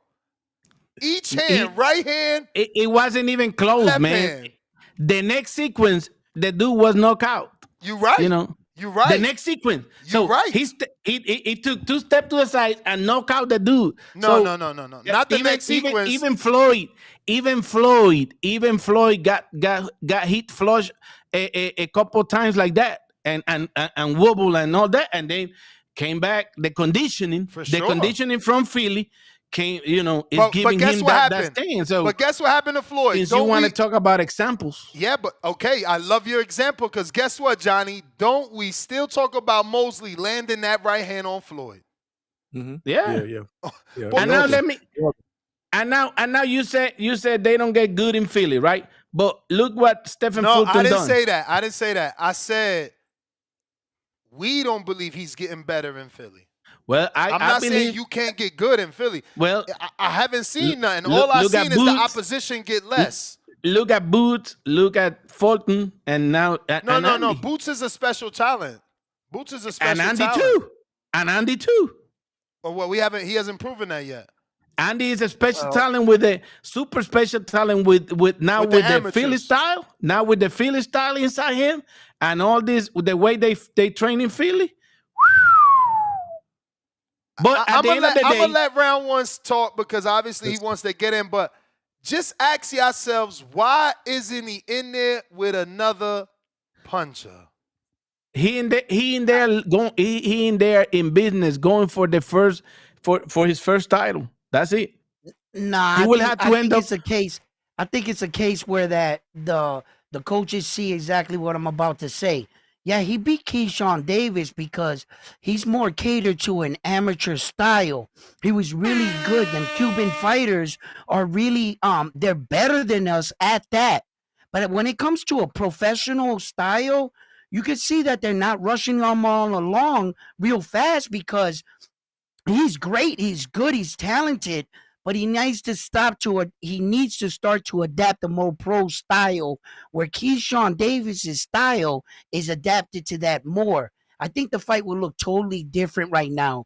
And these kids are not kids anymore. Keyshawn's coming into his own. And Andy Cruz, look, great, but if we were talking the amateurs, he beats Keyshawn. In the pros, I'm not too sure. Did you know that he beat Keyshawn in the amateurs while he was a pro? Who is a pro? You can't beat both. Keyshawn was a pro. Keyshawn went back. Keyshawn was a pro and went back to the Olympics after debuting with Top Rank and making a couple of fights in. Then he went to the Olympics. Sure? That's illegal. Cesar. No, that's legal. Cesar. Keyshawn, he got 3 fights. He No, got 3 fights. You could round one, but Caesar, Yeah, are you sure it was with Top Rank? Remember, I think he started with Matchroom. I don't know if it was with who he was. He went pro first, and then he went back to the Olympics, and he got 3 or 4 fights in as a pro, and then he fought Andy in the Olympics, and Andy beat him just like that. So. I seen a guy get a decision in the Olympics that I felt was a robbery. They said he beat a guy by the name of Mayweather Jr. And I didn't think he felt he lost that fight neither. So I really don't trust Olympic scoring. The guy that beat Juanita Lopez in the Olympics, right? He was a pro too. He's a pro too. He got a bunch of fights in a pro, and then he went to the Olympics too. So that tells you that Andy beat him already as a pro, but in the Olympics. Hey man, we wasting time because again, if Matchroom believed this shit, they would have been put Andy in with a name that we could fucking talk about. Keyshawn has been in with Pedraza, Meduano, Albright, Gustavo, Baranchek, and now Edwin. Like, he got names that we could talk about. You know. Well, nobody talks about Moran. Only thing we say about Moran is that he hurt Andy. We don't never be like, yo, you gonna watch Moran? He's about to fight. He fought Jermaine Ortiz too. He B-side. In Top Rank. B-side. We talked about Jermaine fighting Moran. No, you're not listening. I'm talking about, we don't talk about Moran fighting someone. He's always the B-side. Did you talk about Francesco Patera? No, man, no. Okay, so it's the same thing. That's Keyshawn opponent right there. So it's always like that. Now, this is a discussion that we will have to wait if one day Keyshawn decides to fight him or goes to 140. Why if you keep blaming it on Keyshawn? Why it can't be Matchroom? Just like they sent the offer to fucking Brian Norman. Why you keep saying it's Keyshawn?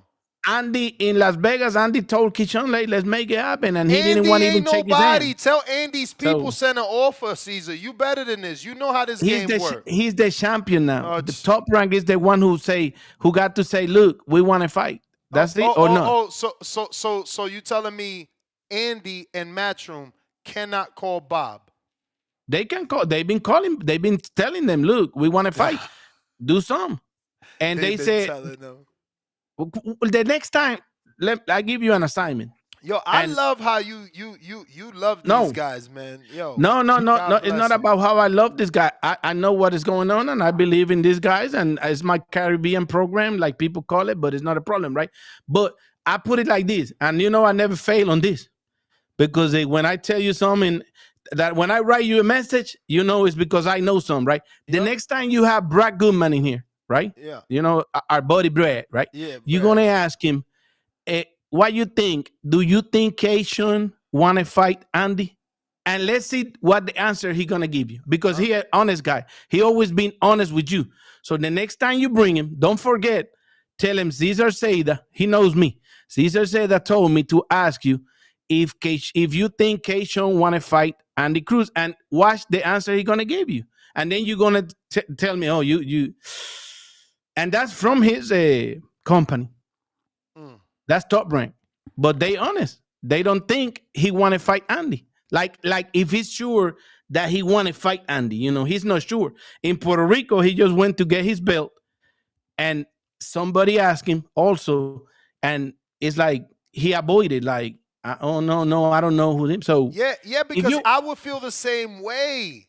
He hasn't done anything. He's living off of my name and beating me in the amateurs. We in the pros. Those are the crazy excuses. Record.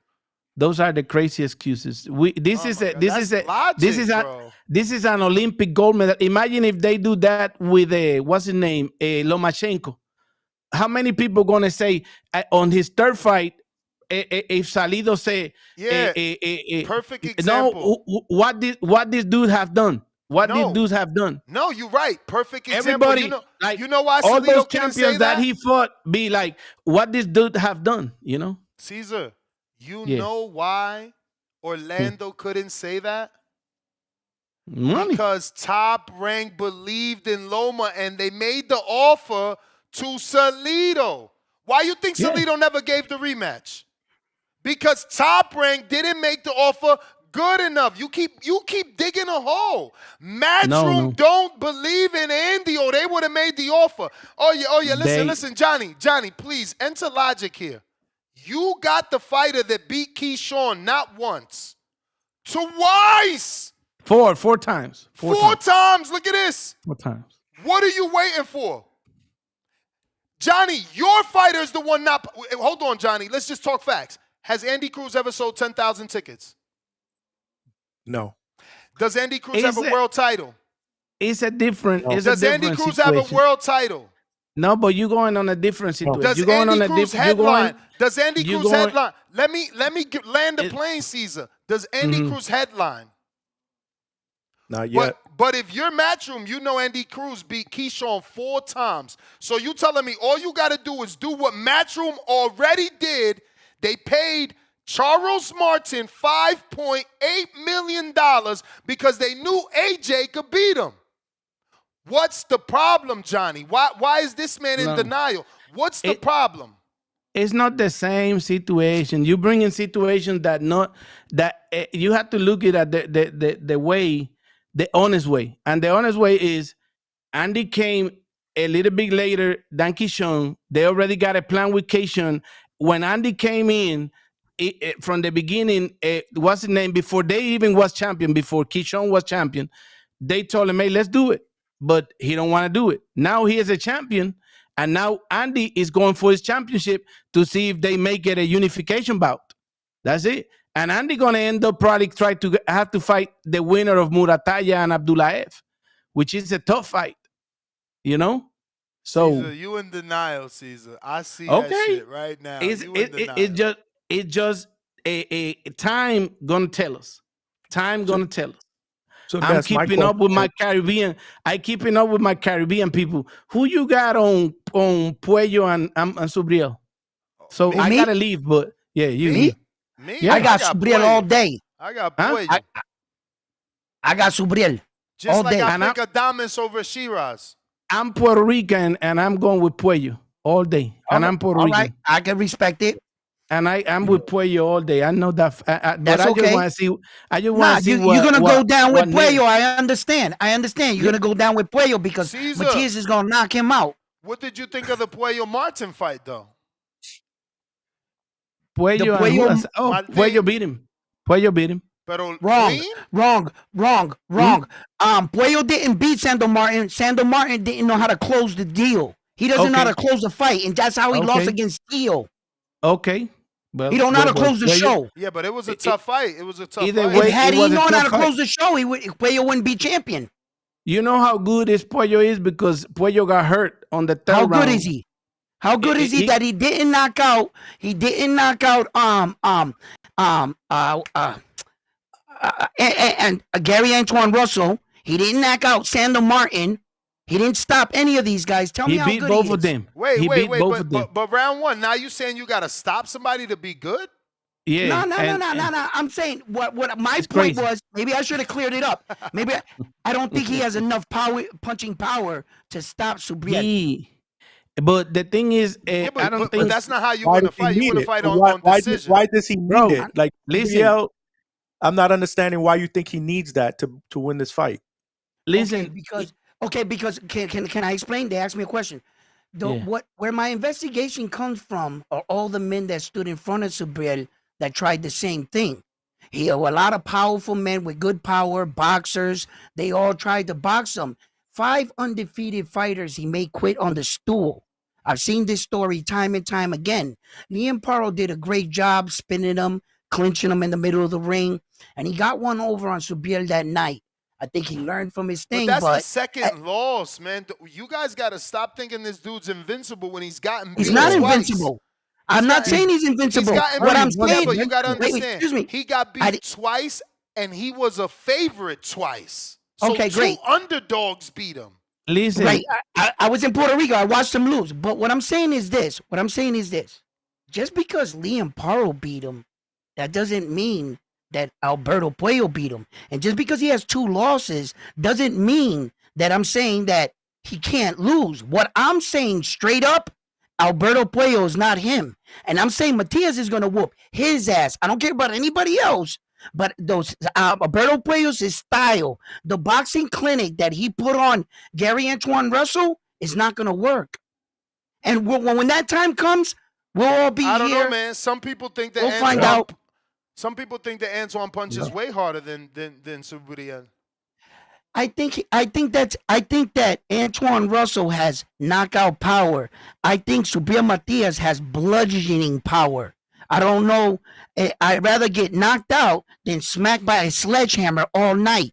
The amount of damage fighters take on taking on a fighter such as Subriel Matias, sometimes you got to ask yourself, at what price? Your fighter is not getting out of that ring without taking damage. I don't know. And I'm gonna tell you right now. I didn't see Pato take damage. Yeah, I've seen him get hit by a guy, Sandor Martin, that couldn't, when's his last knockout? Pato. I didn't see Pato take damage. Oh, I'm not sure if I seen him take damage by a guy like Subriel, that kind of damage. But that's my point. He fought Subriel. He fought him and he didn't take that damage. And he stood in the no, I'm sorry. Let Caesar go before I get to the callers. Go ahead, Caesar. I gotta give you props though. You're a Subriel fan, bro. I gotta give you props. What's your name? I'm Johnny, by the way. What's your name? Edwin. What's up, Johnny? How you doing, brother? Yeah, chilling. Hey. Nah, I gotta give you props, bro. You ride and die with Subriel, bro. No. I ride and die with a warrior. Hey, yo, I want TBV to know this is the first time ever in TBV history I had 3 Puerto Ricans on the panel. Stop it. All 3 of y'all Puerto Rican. Yo, and not for nothing, I gotta be honest, bro. I'm glad to see y'all. The Edgar Berlanga panel. Come on. Yo, I'm glad to see Ness and Cesar on the same panel again, bro. Caesar's my guy, man. But it's been a minute, bro. Like, what's going on? Why did Caesar was hiding from me? He didn't want to come back. I kept inviting him. He kept saying no. He kept saying no. We keep talking on the back. Today he played me because he told me, "Hey, can you translate?" I said, "Yeah, let's go do it." I know you was gonna be here, so I said, "Let's do it." Hey, I was gonna send you a picture as soon as I find it. Did you ever saw? Hey. Did you ever saw the Body Boys? They said the Body Boys. Who said? Have you ever thought that picture of the way Puello got hurt on the fight with Sandor Martin? That he pulled that muscle and got that big bruise on his thigh and all that stuff? Nah, I didn't even notice. Yeah. That's why he got to stop. And after the 3rd round, he did a different plan because he cannot move much. So if he beat Martin like that, even though my man is right, probably Martin didn't know how to close it, then that's when you know how good Puello is. And also, Puello is too big for Subriel. Too big. Extra too big. You've seen Puello plenty of times. I seen Puello spar Damas, man. Too big. Too big. I stood next to Subriel. I stood next to him. I know how big he is. Puello's gonna box him, bro. He's not gonna stand in the middle and trade with him like the last Mexican did. You know, and that's Subriel's type of fight, man. Like you said, he wants to break you down, break your will, bro. Puello's too smart for that, bro. He has a jab. You know, I mean, I don't know. I see that as a bad stylistic matchup for Subriel, personally. Mm-hmm. Well, I saw that all happen. I saw Ponce come out against Subriel, right? I saw Ponce come out. He threw 100 punches in that first round.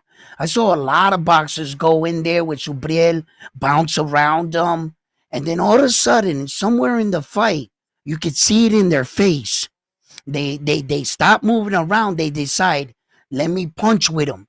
And then all of a sudden, it looks like just check, mate. And they start fighting Subriel fight. There was a lot of guys that went in there and were trying to keep their legs about him. And Subriel has kind of like a caderance to his punch. They're like tap, tap, tap, boom, tap, boom, tap, boom. And I just think that, for God's sake, look at his last fight. He stopped hitting this guy because I think in fear of really damaging him. That guy was in the 3rd round. It looked like he was in the 9th round. The kind of damage you take early from him, you got to be able to go to a dark. Yo, I was in Puerto Rico, and in that 7th round, Liam Pearl was going to quit. They willed him back in that fight. His corner. It's a lot of, they all talk about it, yo, that it's like the punches rattle. It's like almost he hits too hard to knock you out. You ever hear that? Where he punches so hard that it kind of wakes you up too? And imagine getting smacked around like that. Nez, check your WhatsApp. Yeah. But I think he could do it. Alberto could do it too. I think he could dance around him. Yes, I do think he does. But I just think that maybe it might be a little terrible tickle. So you got Berlanga or Chiras? I'm sorry to interrupt you, man. Berlanga or Chiras? Berlanga, of course. ¿Qué pasa? Okay. And We what's the other fight? Shiraz little ass. Stoppage, bro. Brutal stoppage. Little ass, Okay. bro. He can't punch. And Shakur or Camarón? Nah, actually, I interviewed Carlos Adames yesterday, and he said that Shiraz can punch, bro. He said que él sintió todo los golpes.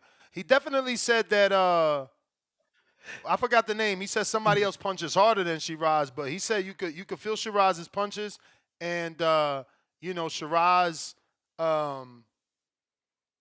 is a good boxer. But this is the injury on Puello. Puello need to hit the weight room, bro. That's supposed to be his leg. Should look like an arm. That's the injury of Puello, yeah. I didn't know what that was when you first pulled it up. My mind went. Supposed to be a leg, but that should look like a fucking elbow, bro. Like the inner thigh. Yeah, but he got to hit the weight room. Or something. He tore something. Yeah. He got to hit that weight room. He's looking light. He's looking light. Boy, bro. That's Rayo his man. Checo. Say Silas, good to have you back, brother. Yeah. I gotta go, man. I gotta go do my program, but I'm glad to see you guys again, and I keep you posted.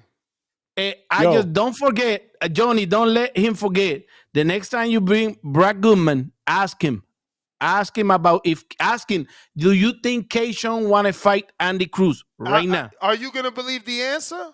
Yeah, I know the answer. Okay, so now what if I say I text him the minute you said that and he answered me already? Yeah. What he answered? 100% Keishon wants it. Okay, all right. But that's not what he told me. I mean, to be fair, Ness, time has passed from the last time you seen him. Mm-hmm. I think I've heard Keishon here when you had him on, and they asked, and he's not interested in that fight right now. Of course he's not interested because it's a fight that he wants it to marinate. Yes, because the kid hasn't done anything. He's living off Keishon's name. Don't go like that. That's the excuse right there. No, well, because you're talking about an Olympic gold medal that everybody who put him in their program or a mic in front of him ask him about the dude. So he already done some, which is called the attention of everybody who put a mic in front of Keishon Davis. Yeah, the only name that came out is Andy Cruz. If they interview Andy, all they do is ask about Keishon. Exactly, and then they ask Keishon about Andy everywhere, even in Puerto Rico, in Spanish and everything. No, translate for me. Tell him if you want to do it. Listen, they ask Keishon about Tank. They ask Keishon about fighting Shakur. They ask Keishon about Frank Martin and his beef with Frank Martin. You see what I'm saying? I don't lie. Andy Cruz only got one person to talk about, and that is Keishon, because he's living off of Keishon's name. No, he's Andy Cruz. Keishon got tired of people asking him. No, people got tired. Keishon say he got tired of people asking about Andy Cruz. Okay. So the PR don't ask him about Andy or something. You know, it's crazy, but it is what it is. Mama huevo. We'll see. Hey, look, live. I've had the pleasure of seeing my boy Andy Cruz fight live. Actually, I saw him on the Devin Haney undercard. And to be quite frank, I've lost interest in Andy Cruz because when that happened a year ago or a year and a half ago, I was hyped on him. I was like, damn, he's Cuban. He got the look. But ever since then, I mean, he had a competitive fight with Moran, and he doesn't hype up any fights. So that to me tells me, oh, you're on Moran's level. You're over there. You're in that level yet. Like that's where you're at. Just saying. Yep. Just saying. Yep. I'm with you. I'm out, Nez, because all this craziness gonna start with all your people. Tell them to call me in my program and we'll handle it with it. No, but shout out Cuba. Shout out Cuba. Send me the link. I'm going over there. Send me the link. I'm going over there to start some shit with Andy. He gonna end up arguing with you, and then you're gonna boot him off again, and then we ain't gonna see him for another 6-7 months. Like, yo, cut the shit, bro. Is that he's too loyal? You see him. He refuses to admit. He refuses to admit. No, but it's just true though too, because look, the Zone has Spanish translators. So if you want to stir up controversy or hype, speak Spanish. They'll translate for you. But he don't even do that. He just literally be whispering to his like Cuban friends while they're up there talking in the promotional press conferences. It's like, what are you doing? Hype up the fight. I'm just saying, just outside looking in. I got no pig in no race. I'm not invested in anybody. I don't even bet. But hey, that's not what my call was for. My call was for this Saturday, the super fight. Man, I'm still super hyped. May the best man win, but this is like Eubank said, he's on a bigger mission. You know, Conor Benn popped and he was a drug cheat and he blamed it on eating eggs. So this is a big mission that Mr. Eubank is on, and I hope he's successful and takes him down, because it's a message to, you know, all fighters. So I'm just super hyped. But again, may the best man win. So that was pretty much what I was calling for. Ness, are you going to be doing a live show for that? Yep. You know it. You know I'm tuning in then. Hell yeah. And then, man, I mean, there's a lot riding on this fight. You know, so many, so much, you know, 35 years in the making. We can just keep going. Like, the fact that he was a drug cheat, it just emphasizes this fight. Reason being is because both fathers in their past, they've disabled their opponents before. Hey, is it cool if I get like 30 extra seconds, bro? But look, hey, I'll try to make it quick. They've had opponents that they've went in with, and unfortunately, it scarred them and changed them for the rest of their life. This is a big message. No drug cheating in boxing. And that's why I'm hyped for this fight. That's all I got. TBV, let's go. And then what happens if the alleged clean guy doesn't beat the drug cheat? Mm-hmm. Yeah. Yeah, man. It's quite possible. Actually, let me catch up on these super chats. Sony Woods with the $10 super chat. What the F? I'm happy there's another show, but what the F? Ness out here on Osterine, crying out loud 2 times. Anything to build a fight, I'm for it. Sidebar, Tip wants to battle Stainless. He has to battle me first. Chat can vote. Uh-oh. Matt Bet 100, $5. Daily Dose of Tanquil. The dietitian at Top Rank did a good job keeping Keyshawn record healthy. Edwin might be food, poison, bad fish emoji. Mad Bet 100 back with another 2. Subriel stops Alberto. Tanquil, Tanknique. Mr. KO.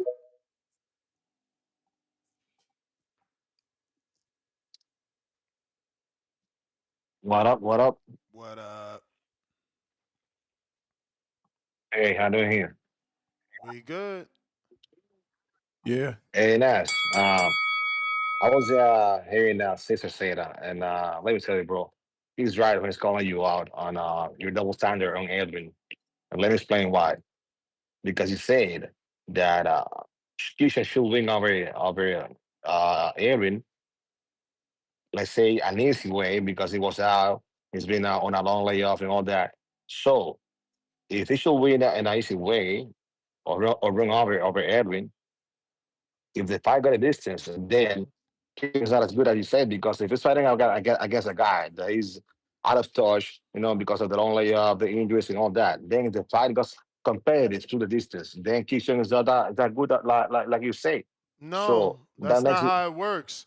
And that's the problem with Yeah, bro. you Yeah. and Caesar. You guys are adding words to help your ridiculous argument. I never said it was an easy win, but you just said that. Okay.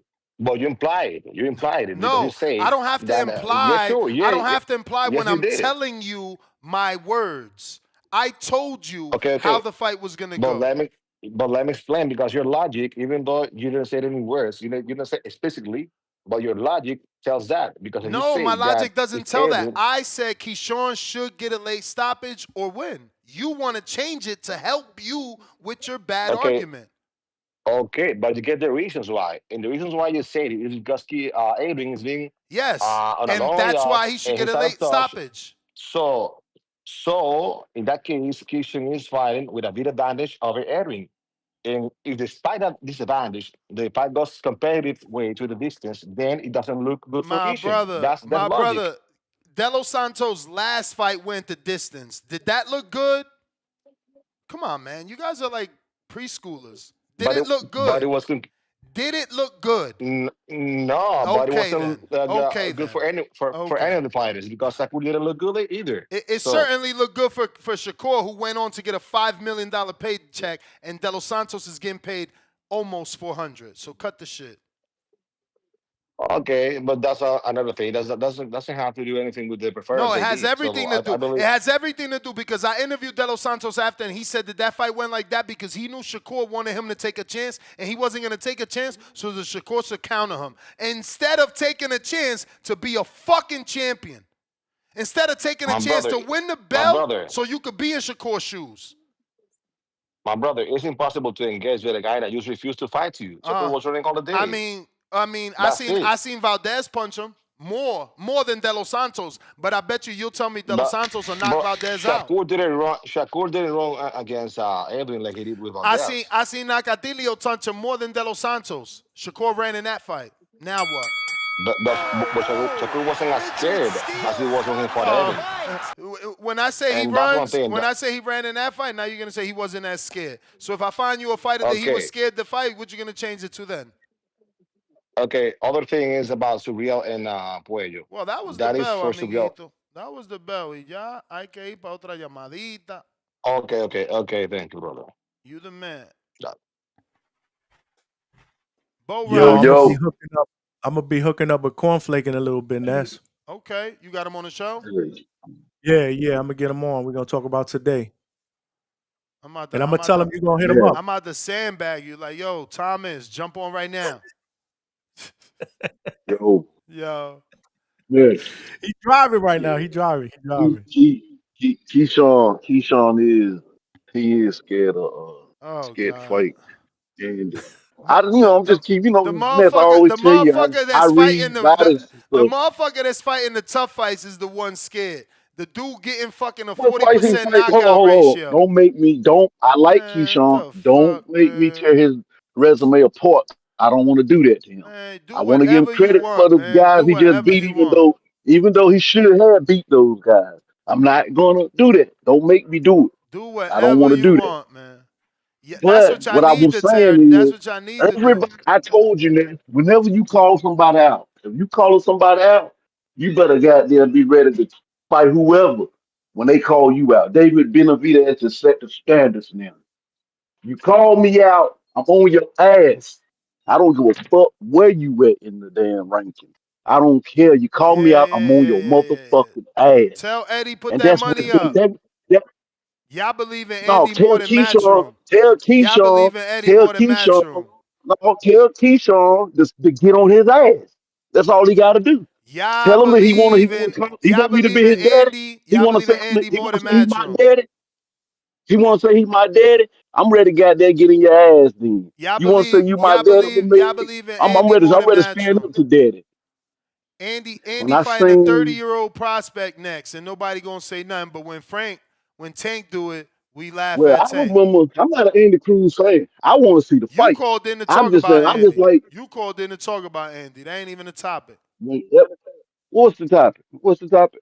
PBC, Charlo. See? You want to talk about Matchroom and Andy. Man, Nasty. I'm not worried about that. I Just heard y'all nasty. talking about Keyshawn there, and Just I'm just nasty. jumping on. Now, I'm not worried about what Charlo doing. He'll be all right. He gonna be all right. We always gonna be all right. And I like that. I like what that old dude was saying about that card that's gonna be on Lamont card. That's some hella fire fights. And I think when it comes to Quayo, I believe Sabir Matisse, that's a good one. I think he might Sabir might can get him though. But Quayo did. I thought he whooped Sando Martin, even though Sando did good, but he was getting hit with some goddamn shit. We gotta watch that fight now. Quayo can box now, but I felt like Gary Antoine beat Quayo. But it could have went either way, so it didn't bother me.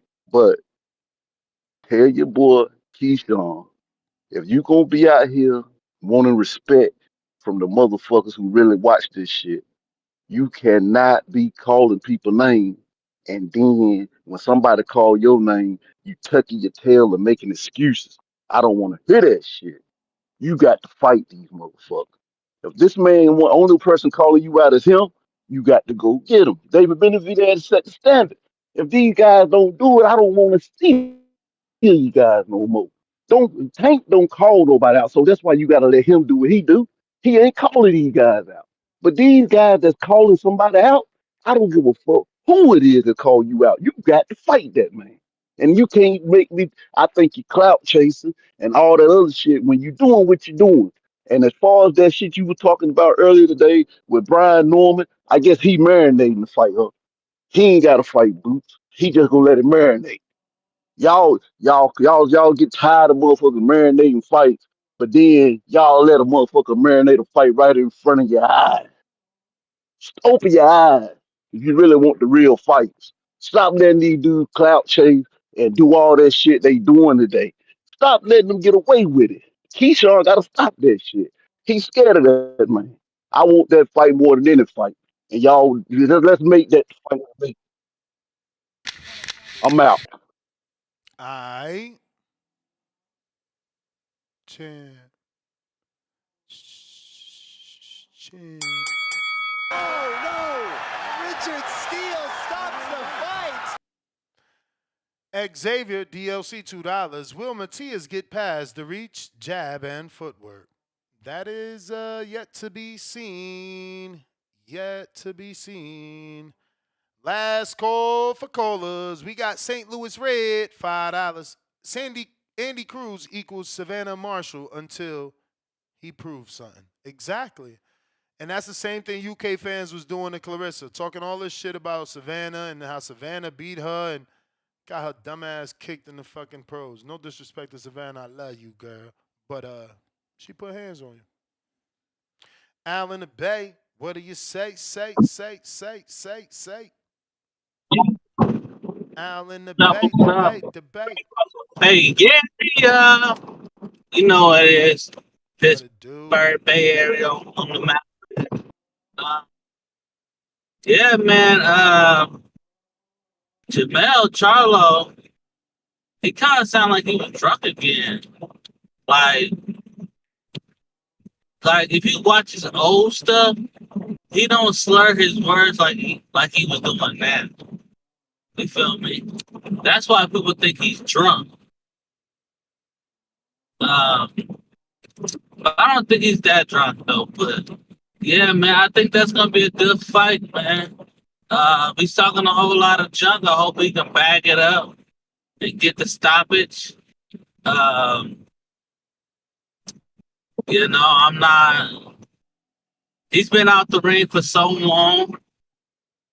I have a feeling it's going to be an upset. I feel like he's going to lose just because he hasn't been in the ring for a long time. I think he had that one fight. Was it like 3 months ago? Next. Who? Wasn't that Jermall Charlo? That was that's gonna fight. Or was that Jermall Charlo that's about to fight? Nah, definitely Jermall. Jermall's been out for almost 600 days, and you got your bad tooth. I mean your Bluetooth sounds like a bad tooth. I got you on speakerphone. I'm driving. Yeah, man. Yeah, man. I think you feel me. I hope he get the knockout, and then we look at this Caleb Plant fight as something that's big. There's a lot of money online. I feel like if both win, but I'm not sure. I just feel like it's gonna be an upset right now. So I don't know what to say about that one. But yeah, man, they did seem like they was punking dude. I don't know what he did to him, but if he don't tighten up, they're gonna be punking him all night. That's my call. All right. If you're watching this on YouTube, future, present, past, don't forget to hit the thumbs up. Looks like it's a wrap. No more callers. Ness GTO, Instagram and Twitter. We right back at it tomorrow. Peace.